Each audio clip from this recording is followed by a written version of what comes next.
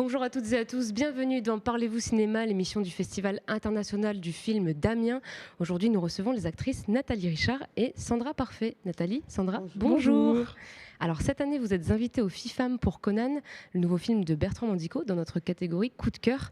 Alors si on revient un petit peu sur l'histoire du film, pour nos téléspectateurs, le film il est inspiré du personnage de Conan qui a été créé par Robert Howard en 1932. Tout commence avec une femme qui est guidée jusqu'aux enfers par Rainer, un personnage avec la tête de chien, une sorte de Cerbère guide des enfers. Alors cette femme, elle va rencontrer donc le personnage de Conan, qui est donc la reine des barbares. Et en fait, Rainer, avec son appareil photo, elle aide Conan à se souvenir de ses vies multiples, ses 6 vies. Et je me demandais, donc Sandra, vous incarnez Conan à 35 ans, Nathalie, vous incarnez Conan à 55 ans. Est-ce que vous avez accepté tout de suite de jouer, de rejoindre ce projet ? Oui. Oui, complètement. Parce que personnellement, je ne connaissais pas le travail de Bertrand, je ne connaissais pas son univers au moment où j'ai passé le casting. Et par contre, il était évident, dès la scène de casting, qu'on a toutes eu en commun, je crois. On a toutes eu... Non. Ah, d'accord. D'accord, alors je te laisse donner l'info. Mais c'était assez évident que déjà la scène de casting était tellement puissante parce qu'à l'époque c'était assez général. Il s'agissait de jouer Conan. Il n'y avait pas encore les distinctions d'âge, donc je ne savais pas que j'allais jouer Conan 35. Et c'était une scène qui était si puissante déjà, bien que concise, qui contenait tellement à jouer pour une actrice, qui avait des choses qui étaient si spécifiques, qu'on n'a pas l'habitude de jouer, clairement. Et puis c'est le credo de Bertrand, hein, clairement, de donner des rôles à des actrices qu'on n'a pas l'habitude de leur confier. Qu'il y avait un truc où moi j'ai eu un pressentiment, comme je disais à Nathalie juste avant, j'ai eu un pressentiment très très fort sur ce film et ce projet. Et donc, quand j'ai passé les deuxièmes essais, parce que c'était en 2 parties, et que ça l'a fait, j'étais aux anges parce que j'avais vraiment le sentiment de tenir un truc presque d'inespéré. Tellement il contenait de choses que j'avais pas l'habitude de jouer, mais que j'avais toujours rêvé de jouer. Donc pour moi, oui, c'était assez évident. Et pour vous, Nathalie ? Quand j'ai dit ça, c'est parce que moi, je travaille depuis 10 ans avec Bertrand, en fait. Donc, depuis Notre-Dame des Hormones qu'on a fait avec Elina. Après qu'il ait fait Notre-Dame des Hormones, c'était après Burrow in the Box qu'il a fait avec Elina. Donc ça a été le début en fait de toute une aventure qui dure jusqu'à maintenant. Donc Conan au départ, parce qu'il faut savoir que le Conan c'était parce que Philippe Ken a proposé en fait à Bertrand à Nanterre quand c'était sa dernière année de faire un spectacle de théâtre, ce que Bertrand n'avait jamais fait. Et donc au théâtre, il avait déjà ce projet de Conan dans la tête depuis bien longtemps, et c'est ce qu'il voulait faire au théâtre, tout en sachant qu'il y aurait un long métrage après. Et finalement, comme c'était la pandémie, moi j'avais des dates de théâtre et tout ça, donc j'ai pas pu être dans la pièce. Et donc j'ai fait le film. Donc c'est la raison pour laquelle je n'ai pas fait les essais, quoi. Voilà. Et donc vous jouez toutes les deux le même personnage mais à des âges différents. Ce personnage qui est donc féminin, multiple, qui retraverse ses propres vies. Comment est-ce que vous avez appréhendé chacune Conan ? On commence par la plus jeune.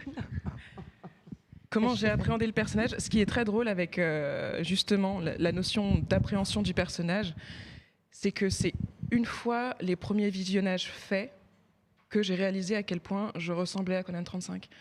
Moi, j'arrive là à 35 ans et j'ai l'impression d'être à cette même croisée un petit peu des chemins. On arrive à faire ses choix et tout. Mais bon, ça, c'est annexe. C'est vraiment mon histoire particulière qui me relie à 35, mais à partir des essais et le moment où j'ai réalisé que j'allais pouvoir la jouer, vraiment avec cette notion de chance inespérée, là je suis partie vraiment sur une construction de personnage, et c'est ça qui est drôle, c'est que je suis vraiment partie, moi j'ai embrayé, j'ai appréhendé mon travail comme pour tous mes rôles, où il y a une vraie préparation de création de personnages, sans vraiment me réaliser dans tout ce processus qui est pour moi habituel, à quel point finalement elle et moi on se ressemblait. Donc c'est un truc qui est arrivé a posteriori, mais jouer une héroïne, Conan la barbare a fortiori, c'est engageant, c'est vraiment, là on retombe en fait dans le jeu d'enfant, où on va pouvoir défendre des personnages qui sont grands, puissant. En plus, Conan, elle a quelque chose de redoutable. Donc là, il fallait y aller, quoi. Et c'était un cadeau. Moi, je l'appréhendais vraiment comme le tournage cadeau. J'allais vraiment pouvoir exprimer beaucoup de choses. Et c'est ce qui s'est passé. Donc c'était vraiment beaucoup d'enthousiasme, de dépassement aussi. Mais en même temps, c'est là que j'ai appris à vraiment connaître Bertrand et sa façon de travailler. Et ça a été une belle épopée pour moi. Pour vous, Nathalie, pareil, du coup? Comment vous l'avez appréhendé, ce Avec personnage? Bertrand, à chaque fois, c'est des. D'abord, on se retrouve avec Bertrand et Lina. Après, il y a d'autres acteurs aussi qu'on retrouve. Bon, parce qu'on avait fait juste avant, non, juste après, on a fait Petrouchka. Donc, il y a des gens qui se retrouvent. Donc, c'est aussi un rendez-vous qu'on se donne. Voilà.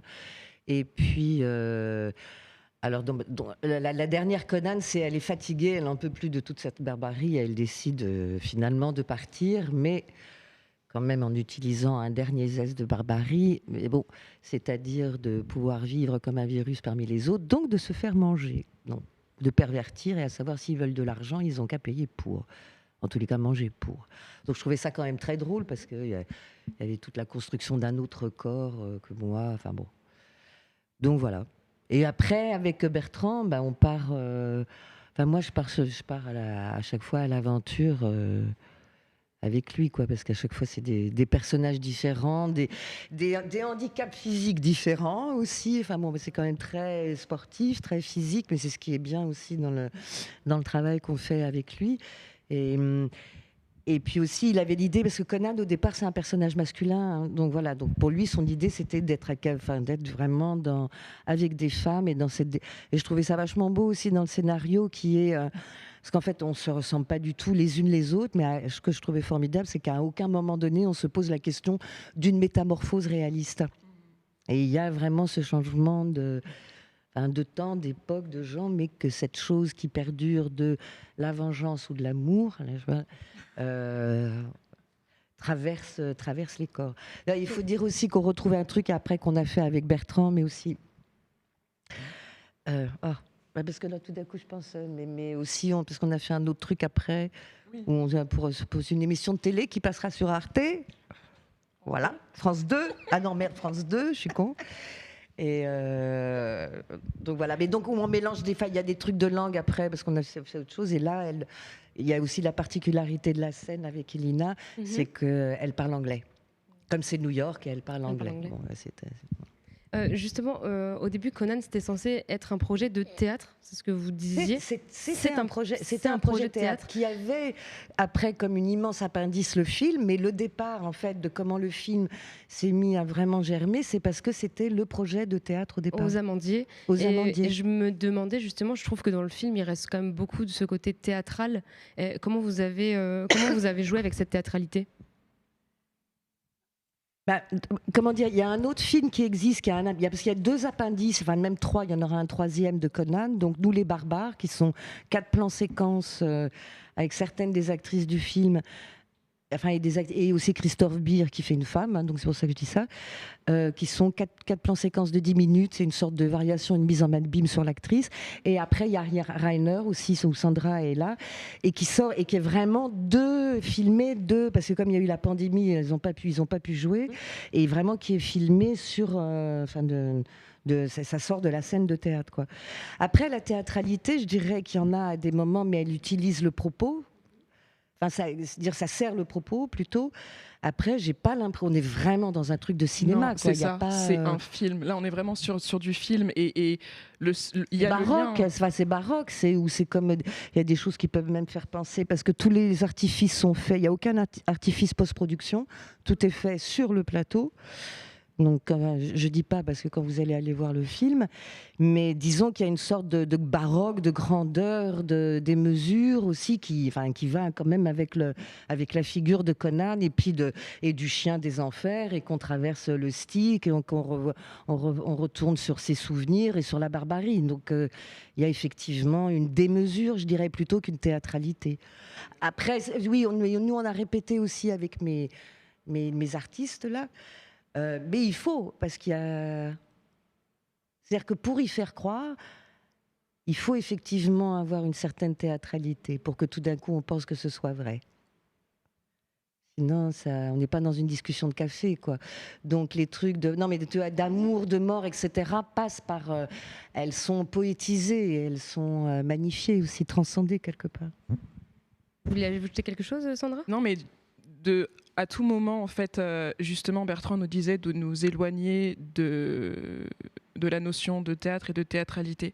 Parce que justement, que ce soit la pièce qui finalement est devenue un filmage et non pas une captation, mais un filmage, donc un film qui sortira probablement prochainement, et Conan, on reste vraiment sur du film, sur du cinéma.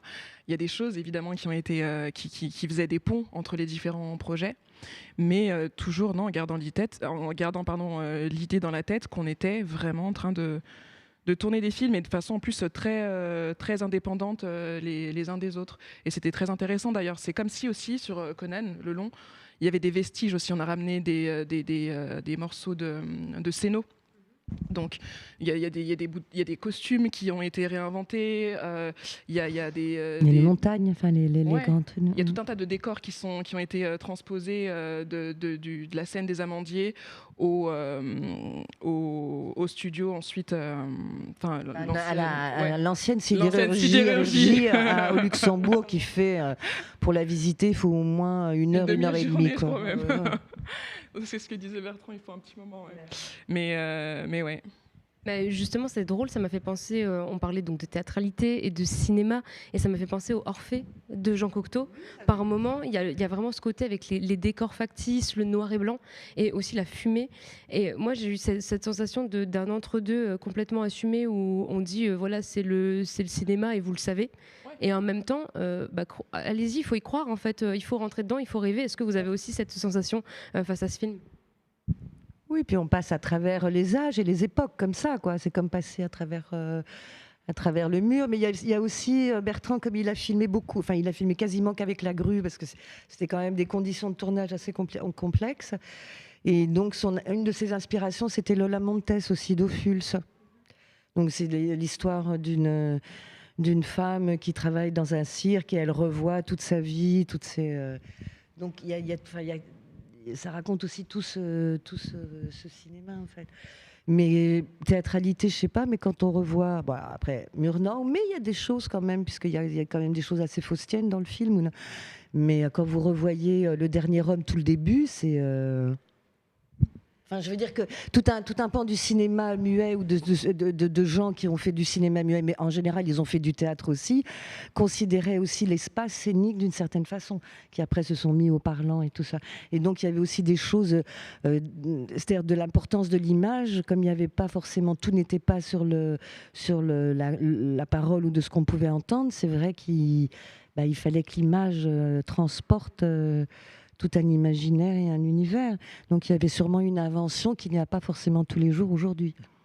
Vous pensez la même chose, Sandra ? Pour moi, parce que vous posiez la question de ce qui est assumé, tout est assumé. Il y a un contrat vraiment pour moi qui est passé dès le début, auquel on n'a pas d'autre choix que d'adhérer. C'est une proposition qui est faite, qui est vraiment très originale, avec déjà ce choix de changer de comédienne à chaque époque en restant le même personnage ou la même femme ou entité, on ne sait pas, chacun se pose la question. Mais ça, c'est quelque chose qu'on assume et quand bien même on n'a pas l'habitude d'avoir ce code, on l'intègre assez vite. Et c'est valable pour tout. C'est valable pour les effets qui sont réalisés en plateau, jamais en post-prod. C'est valable pour les moyens qu'on a pour ce film et qui, du coup, induisent aussi une certaine façon de travailler.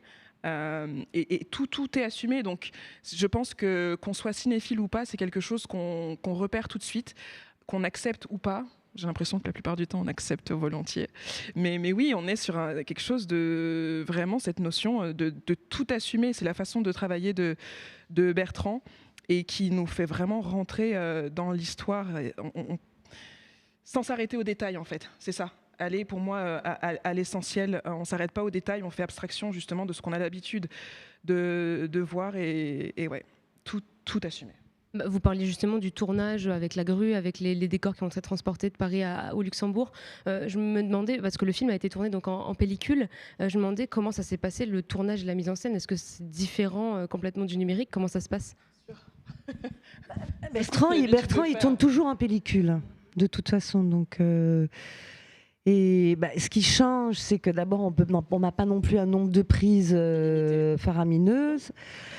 Mais ce qui change aussi beaucoup, c'est, après, du rendu, c'est encore autre chose. Moi, ça change pour la lumière, pour plein de choses, mais c'est qu'il y a quand même un temps de concentration et un temps de suspension avant de faire la prise qui n'est pas du tout la même que quand on est en numérique, où on a tendance aujourd'hui à enregistrer les répètes, à tourner les répètes. Enfin, tout devient linéaire. Il n'y a jamais un moment donné où tout le monde va travailler pour un moment où on ne sait pas si ça va... Voilà. Donc on enregistre tout. Là, on ne sait pas qu'on enregistre, c'est qu'on on fait des prises, on tourne, quoi. Bon. Voilà, mais après c'est surtout dans la technique que ça change, pour de la pellicule. Sandra, c'était votre premier tournage, du coup, en Oui. pellicule comme ça? Oui, et en fait, c'est drôle parce que ça induit tellement de choses. C'est vraiment pas anodin de tourner en pellicule. Il y a effectivement cette notion déjà d'ultra-concentration, puisqu'effectivement, on n'a pas un nombre de prises illimité. Donc, tout le monde est ultra focus, mais en même temps, c'est ce qui crée ces instants de grâce et de magie dans un truc qu'on a justement bien répété avant. Avant chaque scène, on répète beaucoup, parce qu'on a beaucoup de plans séquences, du coup, donc des plans qui vont durer un petit moment quand même. Et donc, ça demande beaucoup de répétitions. Et c'est ce qui fait, justement, c'est ce qui crée cette magie au moment de tourner, parce que les prises, d'un coup, deviennent très précieuses, contrairement à ce qu'on peut faire d'habitude en numérique, sans critiquer le numérique du tout. Mais il y a aussi cette autre chose, je trouve, c'est que ça participe à... En tout cas, moi, c'est comme ça que je l'ai vécu la première fois quand je suis arrivée aux Amandiers, donc avant qu'on tourne Conan. C'était la première fois où je voyais en fait des décors aussi grandioses, avec justement tous ces effets en plateau, donc de fumée, un réalisateur qui cadre, qui est donc derrière sa caméra, sur ses rails. Il y avait vraiment quelque chose pour moi de... j'avais l'impression d'être une actrice hollywoodienne des années 60. Il y a vraiment un cachet en plus du reste, de la façon dont on travaille avec ce support. Je sais pas, en tout cas, pour moi, ça a provoqué cet effet-là, cette impression de revenir en arrière, en fait. Et j'ai trouvé ça vraiment très... 50, pas 60. 50, si tu veux. Oh, fin 50, d'accord. Non, mais de tout ça et tout, parce qu'il y a eu une crise dans les années 50, il y a eu une crise qui après a amené à ce que les cinéastes des années 60-70 aient vraiment changé. Mais effectivement, il y a un côté opéra. Le côté rétro, quoi. Oui, c'est vrai, il y a un côté opéra. Il y a un côté opéra ou des grands décors d'opéra où on peut retrouver la même chose. Mais d'ailleurs, Bertrand le dit dans son... Il avait pensé même faire des chants un petit peu, qu'il y ait des choses de chant. Bon, finalement, ça s'est pas resté. Mais sûrement que le théâtre, il sort mais de ce truc-là, des studios, de ce truc d'opéra, mais peut-être aussi parce qu'il y a quand même dans le film, et ça c'est une des qualités de Bertrand, bien que l'on parle de la barbarie et de la cruauté et tout ça, il y a quand même aussi parallèlement et avec une certaine distance, beaucoup d'humour et beaucoup il gère un grotesque et un burlesque, voilà, qui est important avec ces sujets-là. J'ai une autre question sur le tournage. Combien de temps vous mettiez pour vous maquiller, pour les costumes? Parce que c'est assez grandiose. J'imagine que pareil, pour le tournage, ça devait vraiment être une autre temporalité que certains tournages, je pense, non? Oui, et c'est génial en même temps, parce que c'est aussi ce qui crée la magie quand on arrive au plateau en étant prêt. On a passé quoi 1 heure, minimum 1 heure. Ça peut être plus. Après, on avait des maquillages assez variés. C'est Elina la plus qui a la tête de chien. Donc là, c'était très long, quoi. Mais la préparation. Voilà, on arrive, clairement, on est dans un autre univers. Donc, j'ai l'impression que plus la préparation est longue, plus on rentre facilement en fait dans ce qu'on a raconté derrière, avec encore une fois des décors aussi grandioses, aussi bien pensés et réalisés, des costumes qui nous envoient directement à autre chose, à un autre temps. En fait, ça facilite aussi le travail de l'acteur derrière, hein, de rentrer dans son personnage, tout ça. Ouais. Mais en plus, moi, j'aime bien filmer. Je filme toujours mes préparations et j'en garde toujours un souvenir derrière de me dire waouh. Enfin, les techniciens, les artistes sur ce tournage ont aussi fait un travail incroyable, vraiment. C'est la même chose pour vous, Nathalie? Moi, j'avais des ailes en plus, donc il fallait que ça tienne bien, quoi. Mais après, combien de temps ça t'a pris, les ailes? Bah, les ailes, au départ, ça collait pas vraiment et tout ça. Donc, je sais plus, enfin, une demi-heure, trois quarts d'heure, ça dépend. Mais après, le maquillage, si, un petit peu, mais pas, ça allait, pas trop. Non, je pense que c'est vraiment Elina qui a eu. Oui, avec la tête de chien. Ouais, Ça qui a doit fait faire incroyable. oui, Qui qui est est vraiment sublime. incroyable. Ouais. Donc, le chien des enfers. Il faut ce qu'il faut. Et quand vous jouez dans un film comme ça, est-ce que vous avez l'impression que c'est un grand espace de liberté au niveau du jeu? Ah, bah ouais. Cadré, centré et tout ça, mais bien sûr. Ah, bah oui. Complètement. En plus, c'est des personnages justement qui sont tellement grandioses, avec des enjeux si grands. On sait qu'on raconte quelque chose là de très fort. Donc ça demande de l'implication. On travaille quand même après chacun. Moi, ma façon de travailler, j'aime beaucoup préparer mes rôles. Et Conan 35, il y avait évidemment de la préparation pour moi sur plusieurs mois où vraiment, elle me quittait plus. C'était un peu obsessionnel même, limite à un moment. Mais c'est ce qui fait que quand on arrive au plateau, en tout cas pour moi, quand j'arrive au plateau, je suis extrêmement prête. Et donc, j'ai la liberté de pouvoir aller où je veux, toujours dans le cadre de ce que pose Bertrand. Mais moi, j'ai la liberté de pouvoir lui proposer mon interprétation, ma réflexion du personnage, tout ça. Et en fait, c'est un univers qui est si riche que tout est fait derrière, même s'il y a du cadre, il y a de la répétition, il y a des directives. Tout est fait pour qu'on puisse justement être très libre et aller très loin, sans aucune résistance. Et là, pour moi, on se retrouve vraiment comme des enfants dans une cour de récré. C'est ça pour moi, ce sentiment de liberté. C'est qu'on arrive sur un plateau, on est des enfants vraiment, et donc les enfants, ils n'ont aucune résistance en fait. On y va. Comme disait notre directrice de casting, on plonge quoi. Il y a une spontanéité aussi, ouais. J'imagine. C'était la même chose, ouais, le même sentiment de cours de récréation pour vous, Nathalie? Ah non. Oui, non, mais en ce qui me concerne, comme je dois diriger tout le truc de ce que je devais faire, c'était pas forcément la cour. Mais je comprends en tous les cas une spontanéité, non, un goût ludique, quoi, de jouer, ouais, vraiment sérieusement, comme les enfants. Mais voilà, ouais, non, mais j'étais pas dans une cour de récré. Non, comment dire, la distinction, elle se fait là en fait. Un acteur qui vient. Un acteur qui vient jouer, surtout à mon sens, quand il y a un enjeu aussi fort, c'est pas, on prend pas le truc à la rigolade. On est très sérieux dans ce qu'on fait, mais avec la liberté et l'ouverture des enfants. C'est ça que je veux dire. Enfin, pour moi, c'est ce que j'exprime. Mais il était pas rare, par exemple, qu'avec Elina, j'ai adoré jouer avec elle. On joue quand même des choses qui sont très fortes.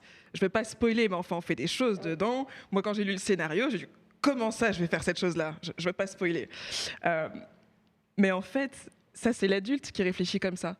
L'enfant, en soi, l'acteur, au fond, qui voit le truc, se dit une fois sur le plateau, d'accord, on y va.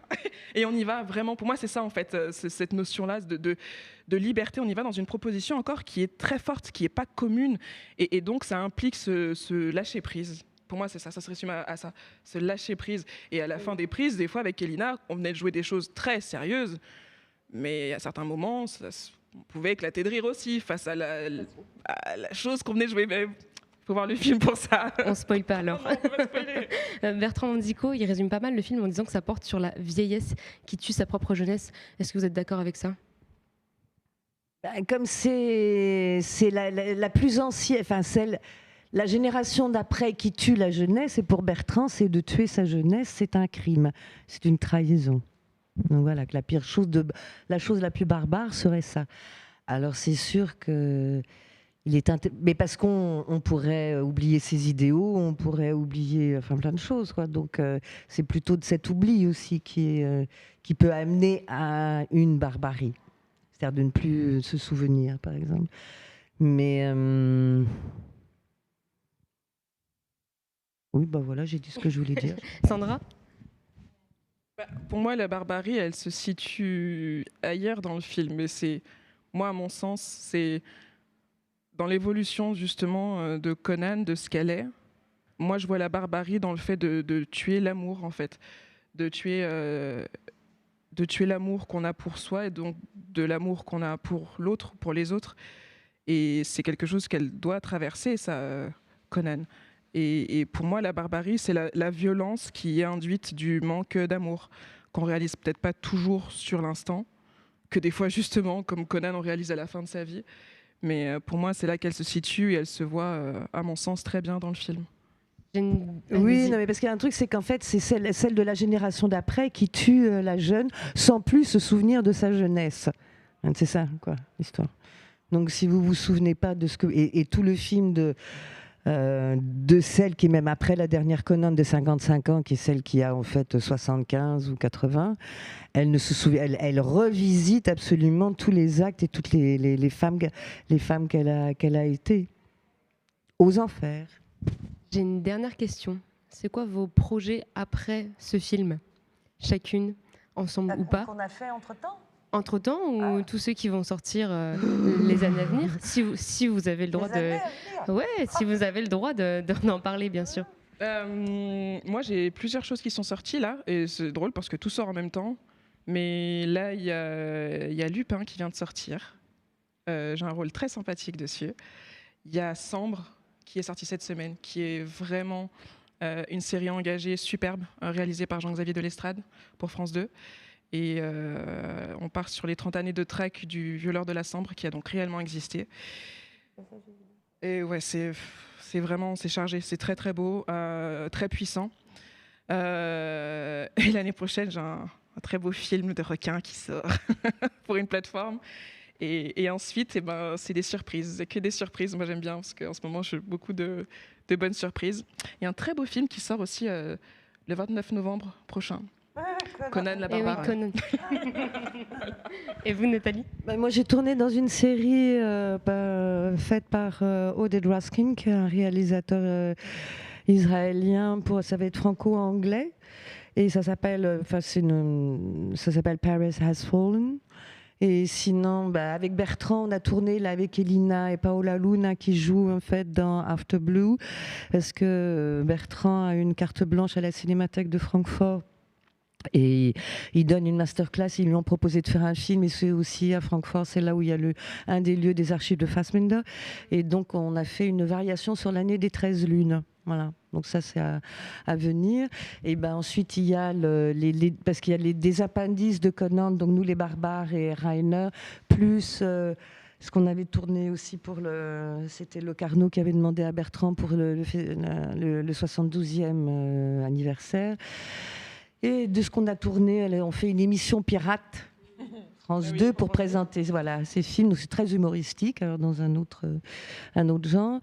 Et sinon, j'ai tourné là, mais dans Le règne animal, dans plein d'autres films, dans D'argent et de sang de Giannoli. Et puis après, je vais tourner en Allemagne avec une réalisatrice allemande. Et je vais commencer à répéter au théâtre. Voilà. Eh bien, écoutez, merci beaucoup Nathalie, merci Sandra. Je rappelle que vous jouez donc toutes les deux dans Conan, le nouveau film de Bertrand Mandico, qui est en avant-première au FIFAM et qui sera retrouvé en salle à partir du 29 novembre. Notre émission touche à sa fin. Vous pouvez retrouver tous les épisodes de Parlez-vous cinéma sur les réseaux sociaux du festival. À la prochaine. Merci. Au revoir.